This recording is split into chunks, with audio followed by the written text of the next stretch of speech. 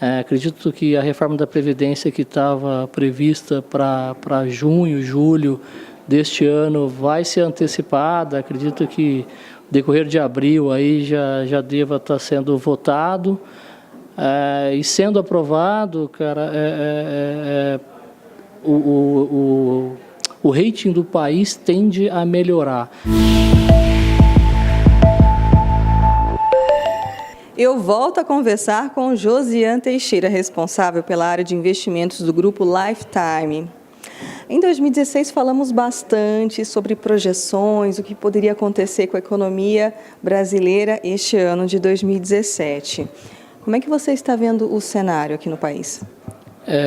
No nosso último bate-papo, o cenário era de perspectivas melhores, o acerto do governo com as medidas. E ele sim vem mostrando isso, ele já vem fazendo assertivamente bastante mudanças para o bem, que é o tal do que a gente falou na última entrevista de movimento do bem, ele continua aí com a eleição do Congresso, Senado, que são representantes ligados ao governo, na minha opinião. Acho que a gente vai continuar com esse movimento. Acredito que a reforma da Previdência que estava prevista para junho, julho deste ano vai ser antecipada. Acredito que no decorrer de abril aí já deva estar sendo votado. E sendo aprovado, cara, o rating do país tende a melhorar. Diminui os déficits futuramente de Previdência. Não só Previdência, tem a reforma trabalhista, tem pequenas reformas também para ser feita, e eu acredito que tudo isso vai se concretizar com um futuro melhor para todo mundo, Há quem acredite que o Brasil poderá voltar a ser investment grade. Você acredita nisso? Ou é cedo demais? É cedo demais, mas sim, voltaremos a ter o selo, passando as reformas, melhorando o déficit. Já acredito que em 2021, 2022, a gente já possa... Lógico, você já vai ter o mérito de ter o selo nessa época. Você pode... as agências de rating podem estar uma perspectiva positiva e elas podem antecipar a vinda desse selo. Eu acho que, por enquanto, ainda é muito prematuro afirmar que isso vai acontecer, mas em 2022 é bem possível que isso aconteça.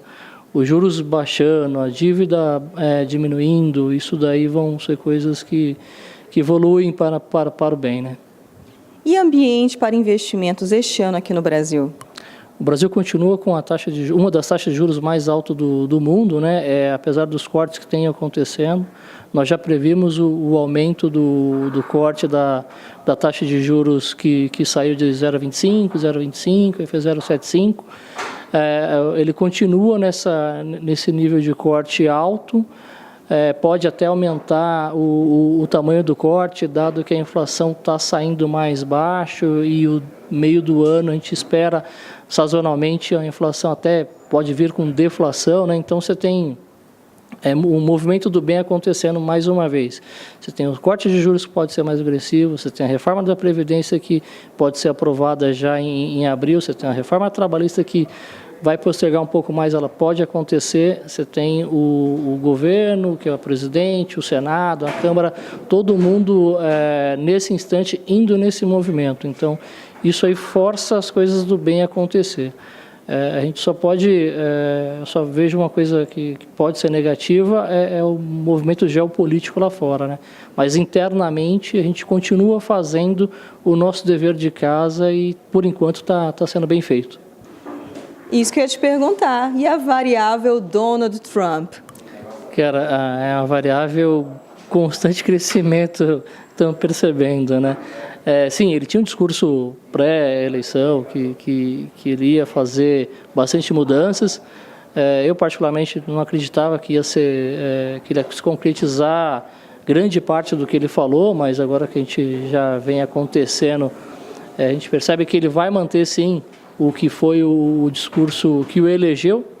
política, por um lado, está até correta, né? Eleger o discurso, tem que manter o nível. Mas, pensando em risco geopolítico, isso é ruim para as fronteiras, é ruim para os países que dependem. Ele desfez o acordo com o NAFTA, ele já bloqueou alguma entrada de muçulmano, ele vai construir o muro no México. Então, são coisas que vão mudar a economia como um todo. Voltando a falar de Brasil, aproveitando o gancho, o que o Brasil pode se beneficiar é fazer acordos bilaterais, pegar essa brecha que a China, que os Estados Unidos soltou da China, por exemplo, a gente fazer algum acordo com a China para commodities, para infraestrutura, os chineses já estão comprando bastante infraestrutura do Brasil, ou seja, a gente vê os leilões de energia elétrica, eles foram os grandes tomadores no ano passado, então a gente acredita que isso pode sim nos beneficiar em alguns momentos específicos, como também, se a aversão ao risco aumentar a tamanha e por nós não termos feito o dever de casa de muitos anos já vem se cobrando, a gente acaba poder sofrer um pouco nessa aversão ao risco. Mas o governo ele tem procurado, sim, fazer essa lição de casa. Recentemente, ele se encontrou com o governo da Argentina, vai fazer novos acordos, além do Mercosul, que fica sempre, né, acho que não evolui muito, né, ele vai tentar buscar a Europa, vai tentar buscar a China, vai tentar buscar outros países que consumem mais do nosso produto, abrindo mais a nossa exportação. Você falou do movimento do bem aqui no Brasil. De que forma as medidas do Trump podem atrapalhar o processo de recuperação da nossa economia? Pode atrapalhar com a aversão. Ele fez alguma coisa que gera, infelizmente, um problema geopolítico de terrorismo, alguma coisa nesse sentido, a aversão ao risco aumenta. A aversão ao risco aumentando, você não vai ter dinheiro de fora entrando no país. Como o nosso país é muito dependente ainda desse dinheiro, você tem que elevar a taxa de juros para ser atrativo. Então, infelizmente, depende do tamanho desse problema, a gente pode acabar sofrendo essas consequências aí de uma aversão de risco maior. Eu acredito que nesse instante, e o governo está preparado para isso, a gente vai surfar o movimento do bem por um longo período. De novo, reforma da Previdência, reforma trabalhistas, são coisas que estão na pauta e eu acredito que isso vai acontecer. Acontecendo e posteriormente, caso infelizmente vier a acontecer alguma coisa mais grave, você já fez o seu dever de casa, então você não tem que pagar tantos juros para atrair dinheiro.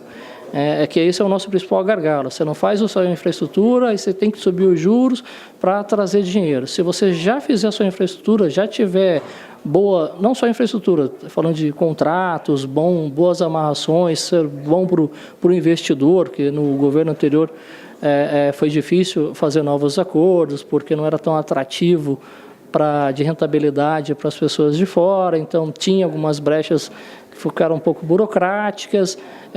Você deixando isso mais claro, que foi uma coisa que o governo FHC fez no início, e depois o governo Lula acabou dando uma ajeitada no sentido dos contratos, foram movimentos que, queira ou não, foram para o bem, foram melhores. Depois a economia acabou saindo fora dos trilhos, a gente viu o que o governo fez alguma coisa, apostou num movimento que acabou, infelizmente, dando errado, e tivemos que subir esses juros do jeito que foi, a aversão ao risco generalizada.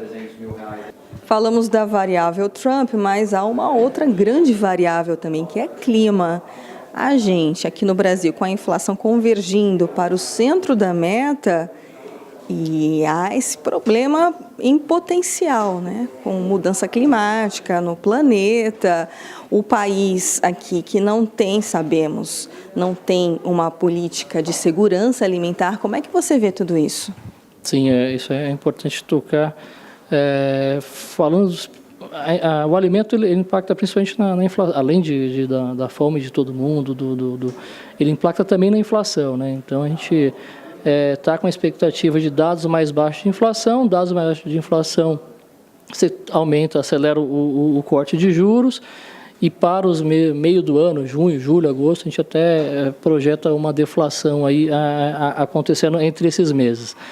Respondendo a sua pergunta especificamente, sim, temos problemas que acontecem com safra, com a parte agrícola, exemplo no passado tomate, exemplo recente o feijão, e agora a gente está entendendo que tem que ser algo feito no movimento do café, que a gente já vê que o café vem aumentando, então a gente não quer a gente entende que o governo não vai querer que o café seja um problema igual foi o tomate, igual foi o feijão.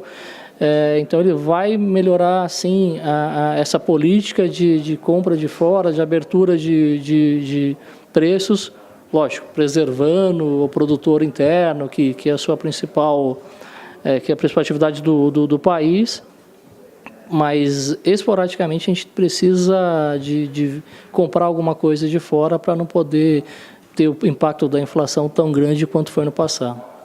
Josian, muito obrigada por mais esta participação aqui conosco na Ducascope TV. Obrigado a vocês. Luciene Miranda para a Ducascope TV.